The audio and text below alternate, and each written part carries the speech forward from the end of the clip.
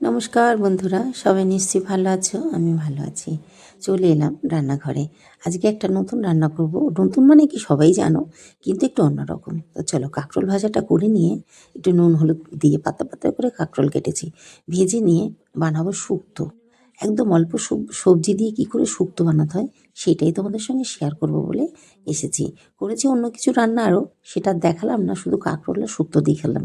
দেখো তো কেমন হয়েছে, তোমরা কীরকম বানাও একটু কমেন্ট করে জানিও তো। আমি কিন্তু আজকে এরকম করে বানালাম। অল্প সবজি দিয়েও শুক্তো বানানো যায়, এটাই হলো কথা। অনেকে কিন্তু জোগাড় করতে পারে না এত সবজি, 10-12 রকমের সবজি। তার জন্য আমি আজকে অল্প করে যারা বানাতে পারবে তাদের জন্যই আমি বিশেষ করে নিয়ে এলাম রান্নাটা। দেখো প্রথমে আমি বড়ি ভেজে নিয়েছি, তারপরে দিলাম কাঁচকলা। কাঁচকলাটা ভালো করে ভেজে নিলাম। ভেজে নিয়ে তারপরে আমি ফোড়ন দেবো তেজপাতা, জিরে, আর দেবো রাঁধুনি।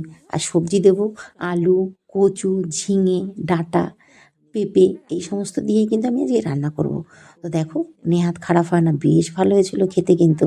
তো দেখো এই সবজিগুলো দিয়ে আমি এখন রান্না করব আর সুন্দর করে নেড়ে নেবো। অন্যদের উচ্ছেটা আমি ভেজে রাখি, আমি কিন্তু আজকে উচ্ছেটা ভাজিনি। আজকে একটু বেশি তেতো করব বলে এরকম করে করলাম। তো দেখো এবার দিলাম পেঁপে, তারপরে একটু নুন দিয়ে ভাজা করে নেবো। আর শুক্তোর একটা মশলা করে নিয়েছি, জানো তো। মশলাটা তোমাদের দেখায়নি, অনেক বড় ভিডিও হয়ে যাবে, তার জন্য দেখায়নি। আমি শুক্তোর মশলায় কী করে করে আমি পরের দিন তোমাদের দেখিয়ে দেবো। তো দেখো এবার একটু আদা বাটা দিলাম।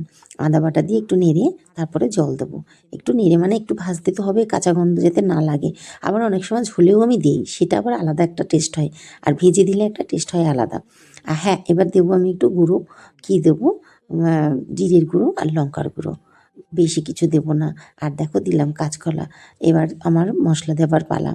আর লঙ্কার গুঁড়ো দেবো কারণ একটু ঝাল না হলে না সত্যি কথা ভালো লাগে না, জানো তো বন্ধুরা। যে যতই বলো না কেন শুক্তোতে ঝাল দিও না, কিন্তু আমি একটু দিই। এই যে মশলাটা বানিয়ে রেখেছি, সেই 1 চামচি মশলা দিলাম। আর পরিমাণ মতো লঙ্কা, যে যেমন ঝাল খায়। তো হয়ে গেল। এবার নামানোর আগে কিন্তু একটু মিষ্টি দেওয়া আছে, তারপরে দেবো দুধ, তারপরে দেবো ঘি, যেগুলো নাকি দিতে হয়। তো দেখো আমি অনেকটা দুধ দিয়েছি, আর দুধেই কিন্তু টেস্টটা হবে।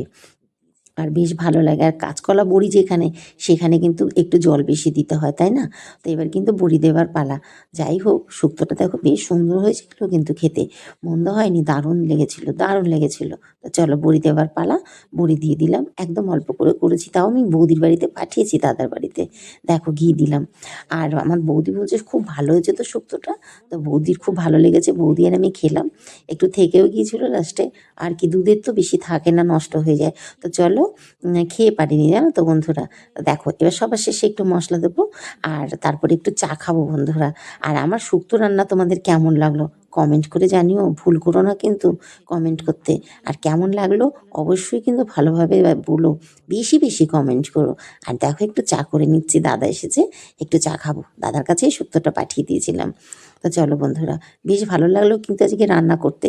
আর করেছি, মাছ করেছি, সেটা তোমাদের আর দেখানি, পরে একদিন দেখিয়ে দেবো। কি আছে, নাহলে তো অনেক বড় ভিডিও হয়ে যাবে, তাই না? তা চলো সবার শেষে একটু চা খেলাম।